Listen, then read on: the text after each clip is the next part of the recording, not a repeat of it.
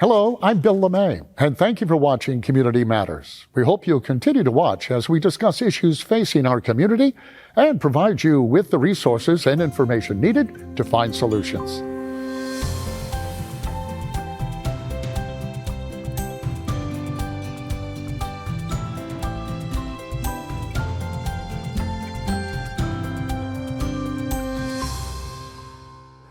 Today, we're diving into book publishing with Blue Ink Press. We're joined by publishing manager, Sherry Torgent. Sherry, welcome to the show. Thank you. Well, a publisher and an author? Yes. All right. Well, let's find out a little bit more about you. What's your background? Sure. Surprisingly, my background is in business.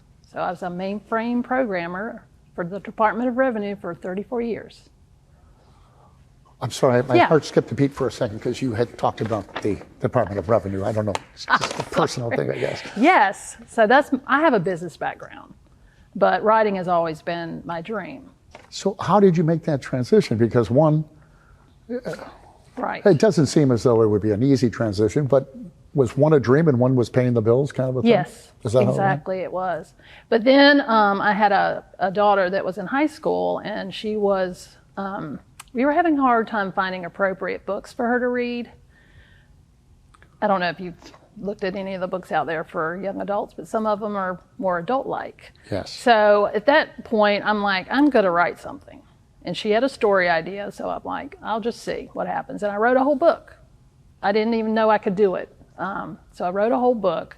I self-published it. I have no thought in my mind of starting a publishing company or doing anything else, but just doing this for my daughter. That's what I wanted to do. I wanted to show her that it could be done, that you could write a clean fiction book for teenagers that they would love, and she did. But the transition happened when I joined a writing group and met some ladies who have creative writing and journalism degrees, and they were interested in starting a publishing company. And at first I was like, no, I really want to do that.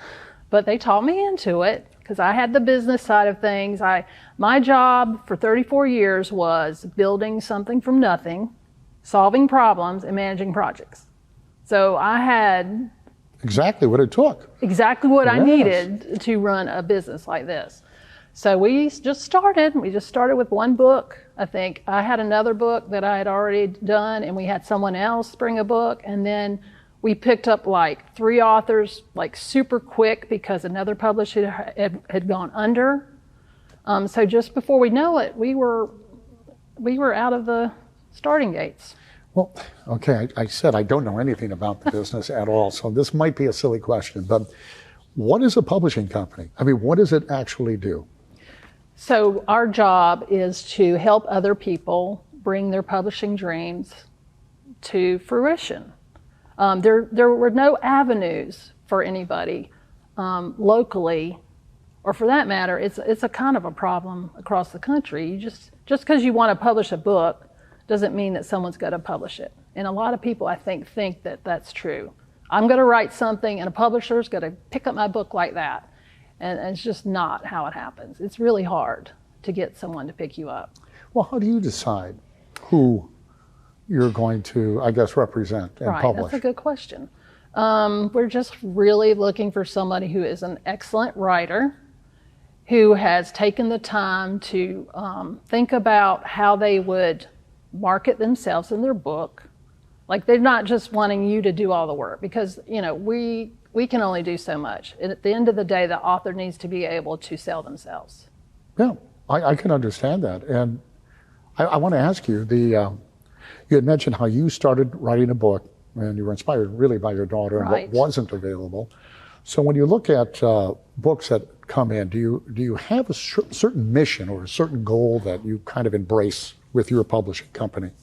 So we wanted to focus on local North Carolina authors, people that lived in the South, because the problem is the publishing industry is so huge. And to get noticed, you almost have to have something that separates you from anyone, from someone else, another business. Sure. So that's what we landed on, and we feel like that has really paid off. People like local things. They like to meet you, they like signed books. There's lots of local events.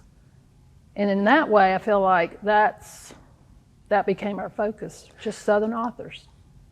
Well, in starting your publishing company, you kind of mentioned, who got together and you said, okay, let's rock. How tough is it, though, from your business perspective and putting something like that together? You already mentioned there are so many out there and cutting through the noise.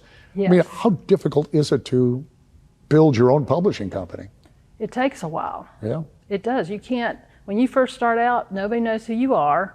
You have a couple of books and people are thinking, yeah, you're gonna, that'll last a year.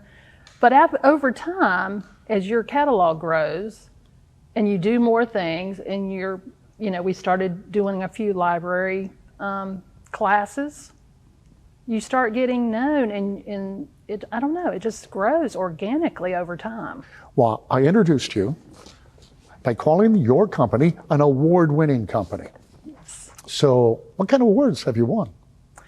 Well, we have won several different kinds, and I won't be able to name them all, but I think one of the biggest ones is our Independent Book Publishing Association that's nationwide. We have at least 3 winners, gold and 2 silvers, just from that alone. And that's probably the most competitive one. In fact, I looked the other day and almost half of our catalog has won something or gotten a finalist. Oh, wow. Yeah. Well, congratulations. Thank you. That's pretty awesome.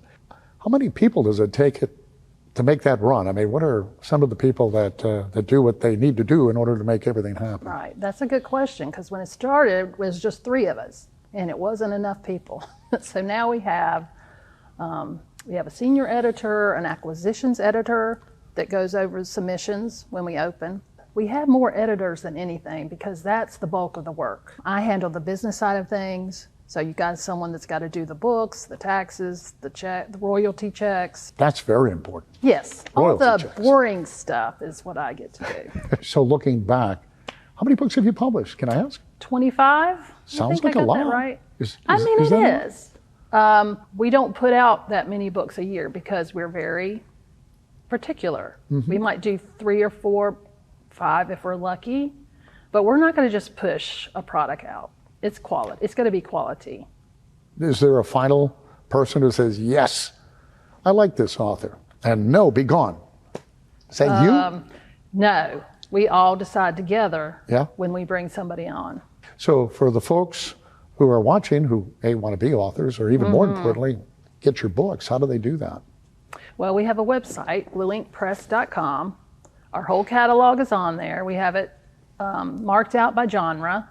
So if you're interested in historical fiction, which you're going to meet Scott here in a minute, that'll be under adult fiction.